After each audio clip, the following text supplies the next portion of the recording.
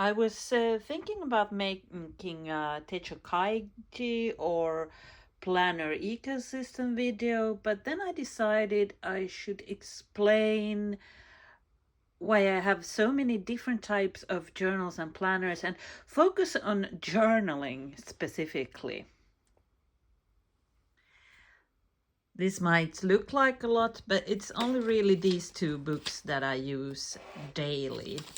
And these two are actually the same thing. I use the Hobonichi Cousin Avec, which is 2 books for the year. The first half of the year is in this one. I combine a lot of different types of journaling, and many people have separate journals for instance, junk journaling or commonplacing, which, if I understood correctly, commonplacing is when you make notes about interesting things you've read.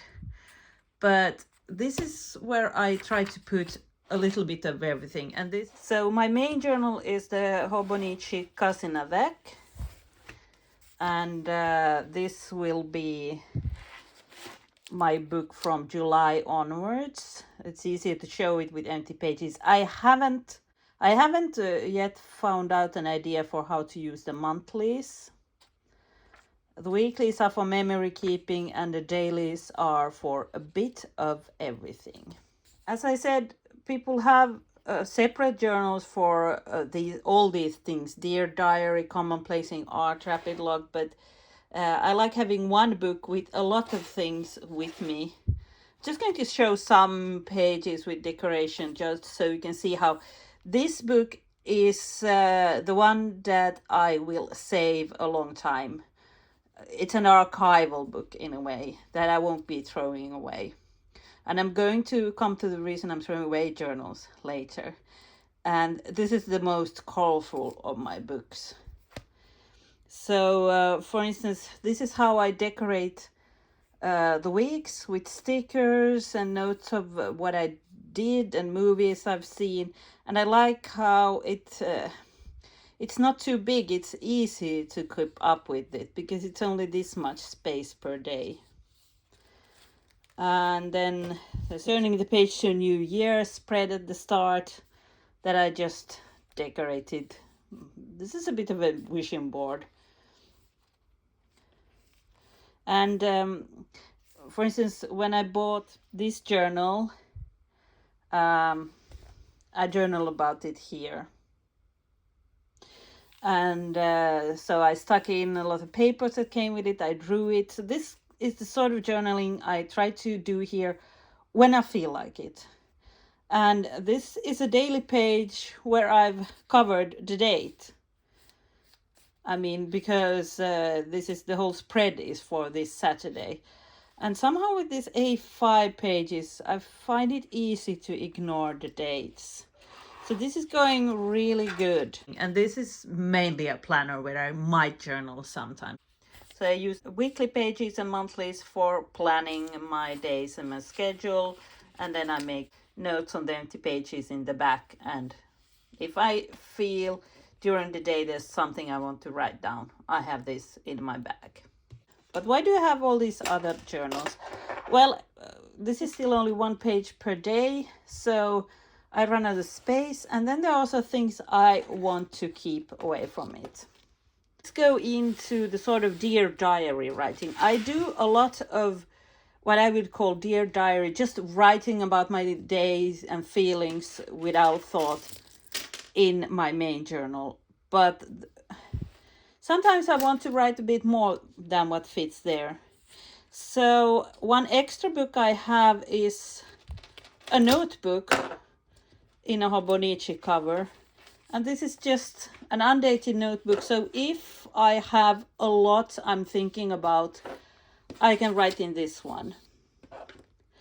And here is another notebook that is sort of the same. These two are related. I do the same sort of writing in both of these. But this one is maybe more stuff I might want to remember a year or two in the future. And this is a book that is going to get thrown away in the fire. I'm going to burn the pages as soon as I'm done. So I've been journaling since I was 8 years old, and that's a lot of books, and I've come to the point where I can't save all of them. And going through old notebooks with with bad handwriting and a lot of complaining about boring stuff. Oh, at work today, blah, de, blah, de, blah. Going through that, when my husband moved in with me, I had to go through a lot of old journals, and it really, really made me tired to read about problems I had 10, 15 years ago that I have forgotten. And as much as a journal is a good way to remember things, and sometimes I find it very, very therapeutic and good to write down things. I've noticed things when I write down them and read them afterwards. But there's also a lot of stuff that it's just better to forget. Small troubles that you need to put on a page because you just want to get it out of you, but you don't need to save it. So this is just some notebook I got as a gift, and it will be thrown away. I've become sort of addicted to going through things by journaling. Journals are my way of dealing with things, because I've been doing it for so long. And I've noticed that often in the sort of Dear Diary journal, you get focused on what happened today, and you write a bit of this and that, and your thoughts are going all over the place. Sometimes it's good to have a theme journal, to go through one specific thing that bothers you. And this is one that I've had going for years and years. And sometimes I forget it for a long time. And then when this specific thing comes up in my mind again, I can write in it. It becomes sort of a therapy book for going through that problem. And if I feel like I'm finished and I want to forget it, I can throw that one away also. Another sort of theme journal, but in a different way, is keeping a travel journal. And I've used Passport GN for travel journaling. I don't think I have an actual travel journal here. It's just the monthly and weekly inserts and other stuff. But if I go on a week-long trip, I don't want to bring big journals with me. This is just the perfect size. Let's talk about creative journals. I've had this idea for years that I should have like an art journal, make drawings, an A5 notebook. But especially this one, I'm pretty unhappy with the drawings I made in this one. And then I tried Hobonichi blank notebook. This worked a little better, and I did stuff like taking note of watercolors I've been using. But this, and some sketches. But somehow this is a bit big, and I actually started to use these small passport inserts for painting. This is a sort of insert with watercolor paper, and it's pretty okay as a watercolor paper. So I think I will start using this Passport GN for urban sketching and art journaling. And then I will do art journaling in the Hobonichi Cousin.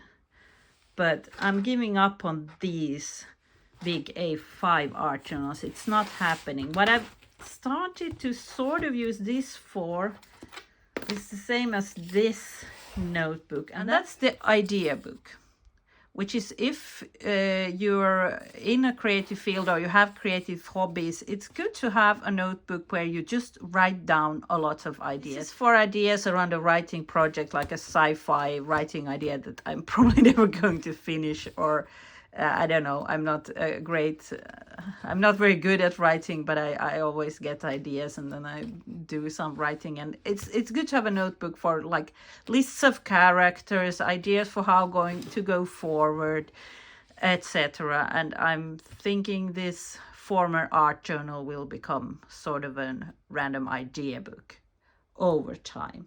I already showed you my planner that I have in my handbag all the time. And I have one last journal, my collections bullet journal. When I was bullet journaling, it felt like I was so often changing notebooks that I needed a separate book for like long-term lists.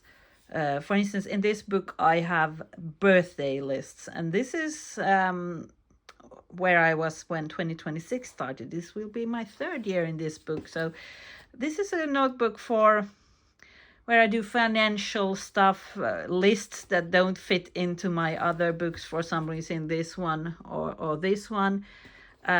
Goal setting for the year. I use this when I do my taxes. And if you have seen my videos before, you have seen it before.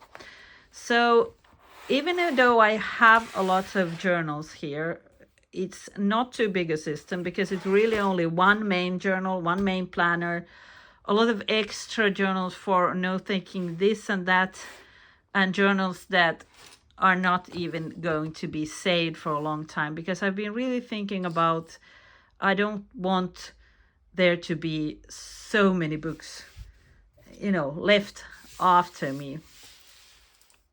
I want to keep my system manageable.